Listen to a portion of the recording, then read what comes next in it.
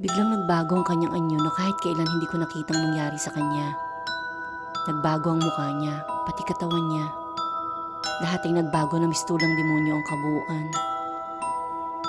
Ito ang nangyari sa yoga guru at New Age master ni Alan habang ikinikwento niya ang tungkol sa karanasan niya kay Jesus. Pakinggan ang buo niyang storya.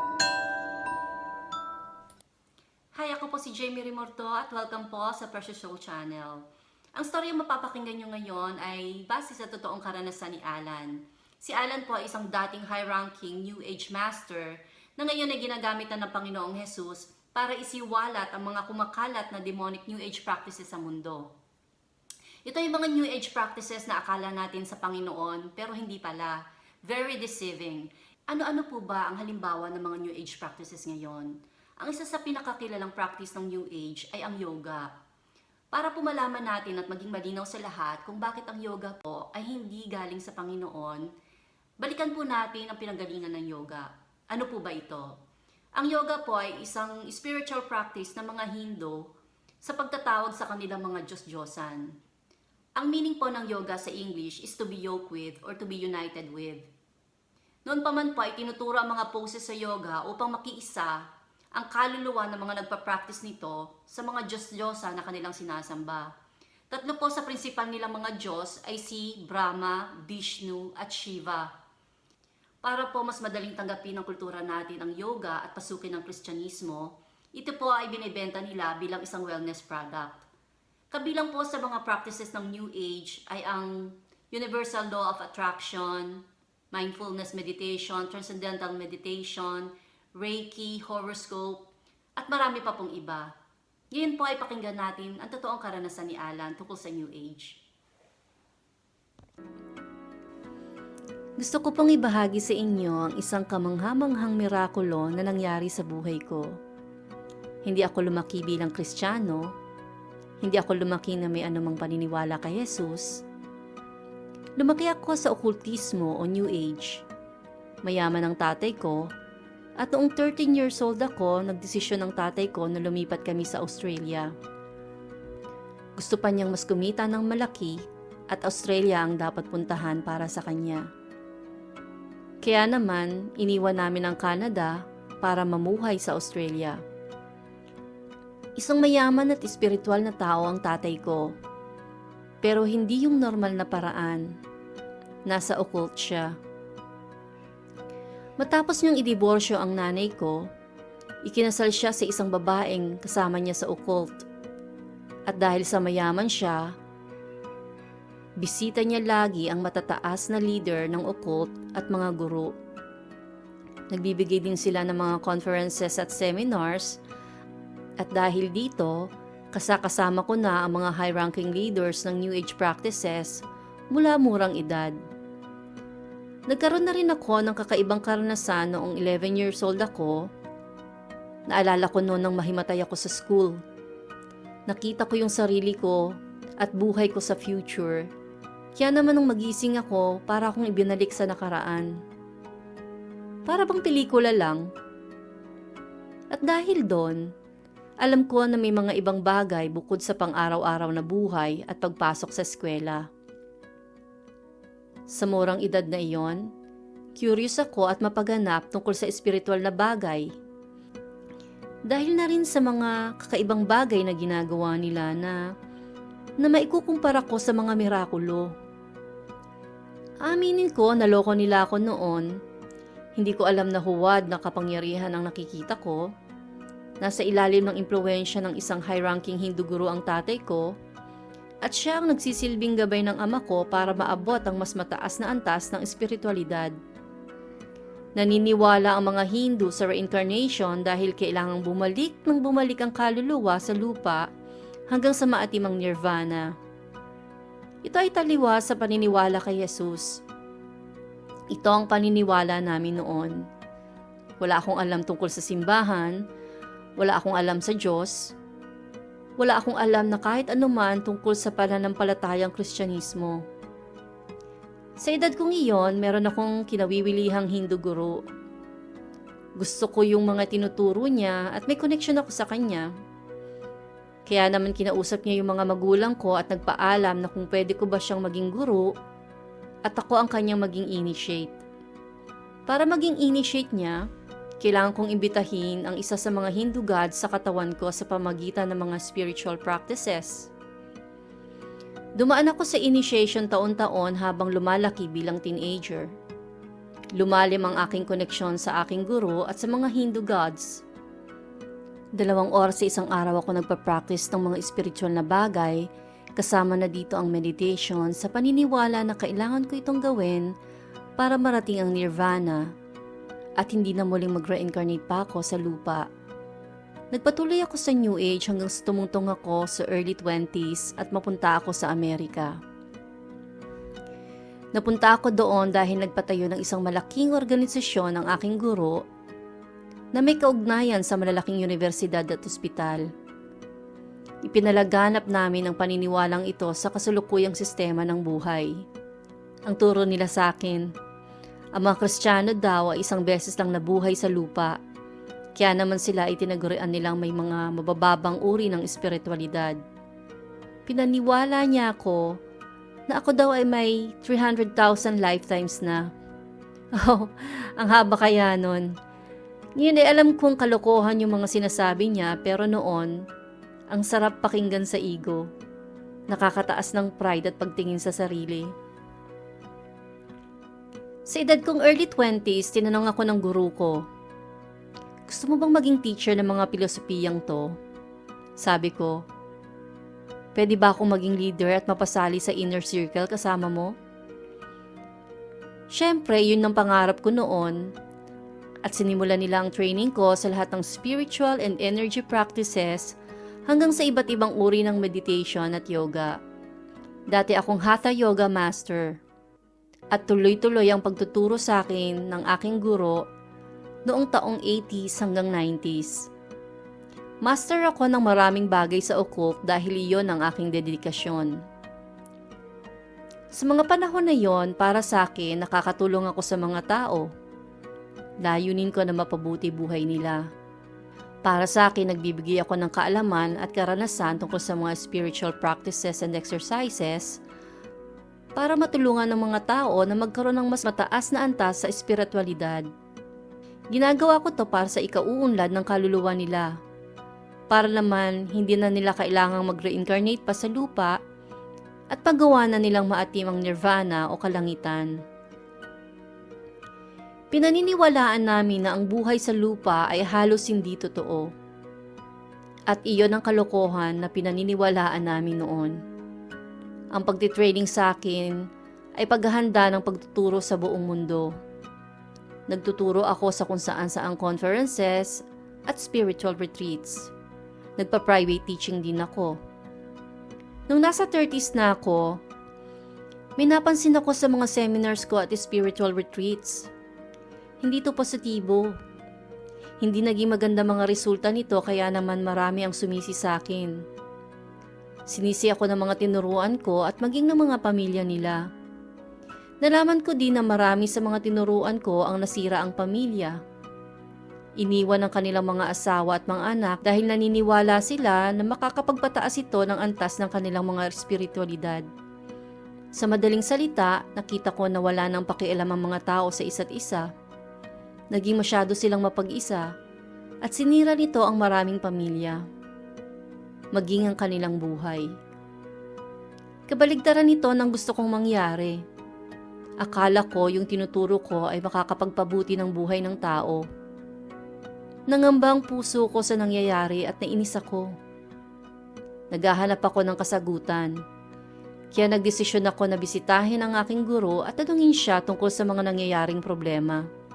Sabi ko, akala ko bang tinuturo natin ay kapayapaan at para marating ng lahat ang nirvana o kalangitan. Pero bakit masama ang nangyayari sa mga tao? Ito ang sagot niya sa akin.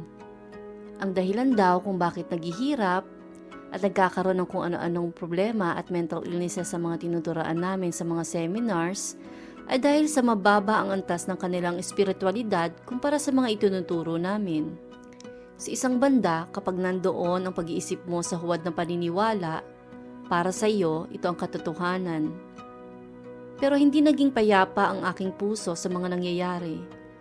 Sa panahon na yon, kahit wala akong alam sa ibang relihiyon, tumawag ako sa Diyos.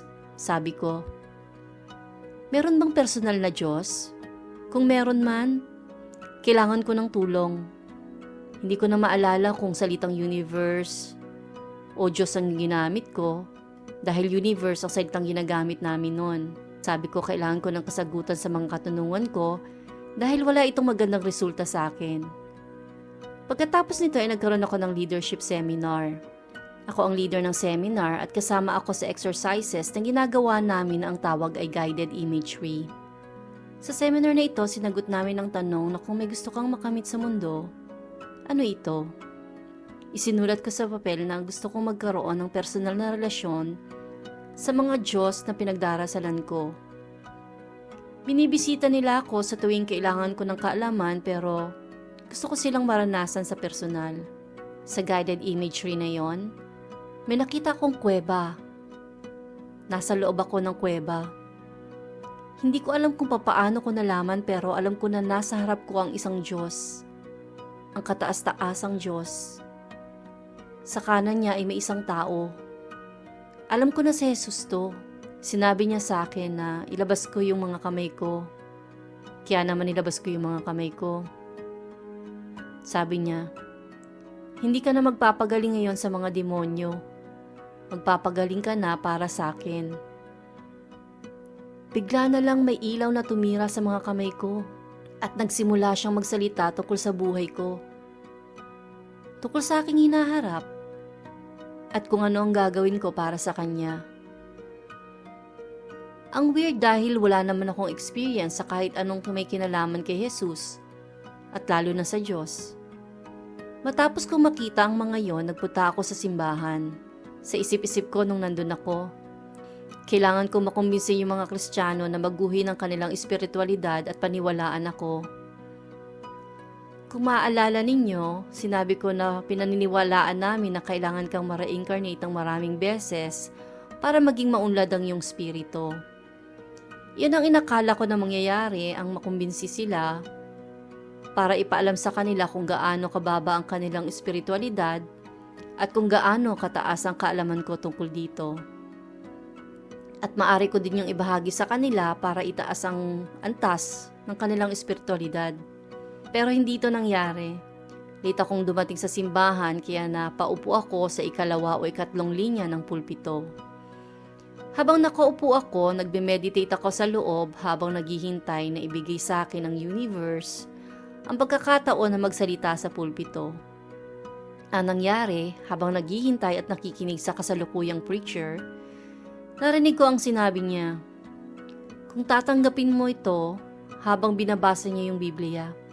Ang sabi ni Jesus, if you take my yoke, then your life will be easy and your burden will be light. Nang mapakinggan ko to, sabi ko sa sarili ko, kakaiba to. Dahil lahat ng mga Hindu gods who I yoke with, yun ang term namin, yoke, sa yoga. Lahat sila pinahirapan ng buhay ko para maalis ang karma. At ngayon, nandito ako, naririnig na ang Jesus na ito, nagsasabi na ang yoke niya madali, habang hindi naging madali para sa akin ang buhay. Nag-alinlangan ako dahil dito. Ako yung tipo ng tao na hindi basta-basta naniniwala sa iba. Nag-check ako at nagre-research. Bago matapos ang preaching, sinabi ng teacher na, kung gusto mo, imbitahin mo ang Panginoong Jesus sa buhay mo. Subukan mo para sa sarili mo kung magaan nga yung yoke niya at mga pasanin para sa iyo. Para na rin sa ikagagaan ng buhay mo. Tanggapin mo lang siya. Sa isip-isip ko, bakit hindi? I'm already yoked with 14 Hindu gods na nasa loob ko. Ano ba naman yung magdagdag ako ng isa pa? Weird, no? Pero iyon ang kinalalagyan ko noon. Kaya pumunta ako sa harap at nagdasal. Nang magdasal ako, may nangyari sa akin. Kakaiba yung naramdaman ko. Kakaiba sa lahat ng naramdaman ko sa buong buhay ko. Para bang lumipat ako ng lugar. Hindi ko maipaliwanag pero napakalakas at matinding karanasan ito. Halos manghina ang mga binti ko sa lakas kaya alam ko na may nangyayari. May nangyayari sa espiritu na hindi ko alam. Sabi ko, kailangan kong malaman ang mga bagay-bagay tungkol dito. Pinuntahan ko yung tunay kong ina dahil alam kong may Bible siya as a believer. Kaya nang ibinigay niya yung Bible sa akin, nagdesisyon ako na sa loob ng 1 taon, bibigyan ko ng pagkakataon si Jesus. Dahil buong buhay ko, ang pinaniniwalaan kong kaalaman ay galing sa Hindu gods. Ngayon, kung totoo ang sinasabi ni Jesus na siya nga ay siya, bilang Panginoon, sa loob ng 1 taon aalamin ko kung ano ang mga sinasabi niya at hindi ko muna pakikinggan ang mga sinasabi ng mga Hindu gods na nasa loob ko. Halimbawa, kung nagkasakit ako, inalam ko kung ano ang sinasabi ni Jesus sa Biblia tungkol dito. Sabi sa Biblia, mag-lay hands sa mga may sakit at gagaling ito. Kaya nag-lay hands ako sa sarili ko at makalipas ang ilang araw, isang malaking mirakulo ang gumaling nga ako. Minsang napilayan ako sa tuhod, gumaling din ako. Nagkaroon ako ng problemang pinansyal, nagkaroon ng mirakulo. Sunod-sunod yung mirakulong naganap sa buhay ko sa pagsunod sa mga nakalagay sa Biblia at sa pagdarasal ng personal kay Jesus. Napatunayan ko na magaan ang pasanin at problema ko sa Kanya. Matapos ang 1 taon, pinuntahan ko ang aking Hindu guru dahil kailangan niyang malaman yung mga naranasan ko. Sabi sa Hinduism, maraming paraan para makapunta sa Diyos. Marami to at hindi importante kung anong daan ang tahakin ko. Sa Diyos ang punta nito. At dahil yun yung paniniwala namin sa New Age, sabi ko sa guru ko, sa lahat ng mga Panginoon na nilagay niya sa akin, sa katawan ko, si Jesus ang pinakamagaling na Panginoon sa kanilang lahat. Sinabi ko din na nagpamalas ang Panginoong Jesus ng mga napakaraming mirakulo at kasiyahan sa puso ko. Ikinuwento ko sa kanya nang punta ako sa ashram, kung saan kami nagme-meditate at gumagawa ng spiritual practices. At sa halip na umawit sa mga Panginoon ng Hindu, umawit ako sa pangalan ng Panginoong Jesus. At naging kamangha-mangha ang nangyari dahil bigla akong tumawa ng malakas na hindi ko mapigilan. Ipinagtabuyan nila ako sa ashram dahil masyado daw akong maingay. Maligayang maligaya ako pagkikwento ko sa guru ko. At habang ikinikwento ko to sa kanya, biglang nagbago yung anyo niya na kahit kailan hindi ko nakita sa kanya. Nagbago yung mukha niya, pati yung katawan niya. Lahat ay nagbago na mistulang demonyo ang kabuuan. Kamukha niya yung mga zombie sa Walking Dead. Naging kamukha niya yun. Demonyong demonyo at pinagsisigawan niya ako. Pinagtabuyan niya ako sa lugar niya. Mula noon ay na-excommunicate ako sa Hinduism at nag-fax siya sa lahat ng Hindu organization sa buong mundo kung saan ako may connection. Pinatalsik niya ako sa mga gawain nila at tinanggalan ako ng initiation ng mga ginawa niya sa akin. Sabi ko, interesting. Napagtanto ko na may kamalian sa New Age na pinaniwalaan ko mula sa murang edad. Nalinlang nila ako. Gusto kong lumapit sa sino man pero wala akong kilalang pupuntahan. Hindi ko alam ang gagawin ko noon. Kaya naman nagdesisyon ako na bumalik sa simbahan na pinuntahan ko para mabigyan nila ako ng kasagutan. Unti-unti nila akong binigyan ng kasagutan at pinakitaan ng mga bagay-bagay na nasasaad sa Biblia. Ipinakita nila sa akin kung saang bagay ako naloko sa buong buhay ko at may mga bagay na ipinagkaloob sa akin ng Diyos na kinuha nila sa pamagitan ng panloloko para hindi ko magawa ang mission ko para sa Panginoon. Mula noon hanggang ngayon, patuloy akong naglilingkod para sa Panginoong Yesus at patuloy kong isinasalaysay ang aking karanasan sa lahat. Ngayon ay kasama ako sa The Truth Project para gamitin ng Panginoong Yesus ang karanasan ko sa kaharian ng kadiliman para sa kanyang kaharian, ang kaharian ng katotohanan. Gusto kong ipaalam sa lahat ang mga huwad na prinsipyo sa likod ng New Age. Gusto kong maliwanagan ang lahat at palakasin ang kanilang pananampalataya kay Jesus. at upang maisakatuparan ng Diyos ang kanyang pangako sa buhay nila. Marami ang nagsasabi sa akin, hindi mo pwede sabihin ang mga bagay na yan. Bakit hindi? Pwedeng pwede. Buong buhay ko noon ay isang fairy tale. Oo, may mga pinagdadaanan din ako bilang Kristiyano. Pero tinulungan ako ng Diyos sa bawat isa sa mga pinagdaanan ko. Pinagtagumpayan ko lahat yon. Hindi ako pwedeng maloko dahil nagtagal ako sa kampo ng kadiliman. Alam ko ang pagkakaiba. Alam ko kung ang kaalaman ay galing sa tao o sa Panginoon. Mula nang tanggapin ko si Jesus, namuhay ako sa kanyang daan, ang katotohanan. Ito ang nasa loob at damdamin ko. Ang katotohanan ay hindi lamang kawalan ng kadiliman o panlilinlang. Ang katotohanan ay pamumuhay na may kalayaan. May Bible verse pa nga ako na ibinigay ng Panginoon noon. Mga 3 o 4 na buwan mula nang tanggapin ko siya. Ito ay ang John 16:13-14. Sinasabi nito, "Ngunit pagdating ng Espiritu ng katotohanan, papatnubayan niya kayo sa lahat ng katotohanan galing sa Diyos, sapagkat ang sasabihin niya ay hindi mula sa kanyang sarili, kundi ang kanyang narinig, at ipapahayag niya sa inyo ang mga mangyayari sa hinaharap. Pararangalan niya ako sapagkat tatanggapin ng Espiritu mula sa akin ang ipahahayag niya sa inyo." Nang mabasa ko ang Bible verse na ito, sinabi ko sa sarili ko na kailangan kong makilala ang Spirit of Truth na nanasasaad dito. Buti na lang at binisita ako ng Panginoong Hesus dahil kung hindi, nandun pa din ako sa huwad na Espiritu. Binisita niya ako kahit ako yung nasa kampo ng mga kaaway, na nasa mga secret meetings. Kasama ako noon sa mga matataas na posisyon. Pinag-uusapan namin noon kung paano namin gagawin yung New World Order. Maraming leader ng iba't ibang parte ng mundo ang nandun sa meeting. At ang grupo namin ang responsable sa spiritual part ng New World Order na gusto nilang ipatupad. Pinag-iisipan namin kung paano ipatutupad ang New World Order at kung paano magkakaroon ng One World Religion. Kung paano mababawasan ang bilang ng Kristiyano sa mundo at ang mga naniniwala kay Hesukristo. Iyon ang plano naming ipatupad. Bilang eksperto sa New Age at bilang high-ranking leader, iyon ang ginawa ko. Pinilit kong kumbisihin ang mga Kristiyano na mali ang kanilang paniniwala at naluloko sila sa pagsamba nila kay Jesus. Ito ako noon, bago bisitahin ng Panginoong Jesus.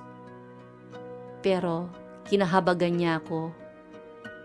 Ako na kaaway niya, na pinilit nakawin ang kanyang mga tupa. Bakit niya ako iniligtas?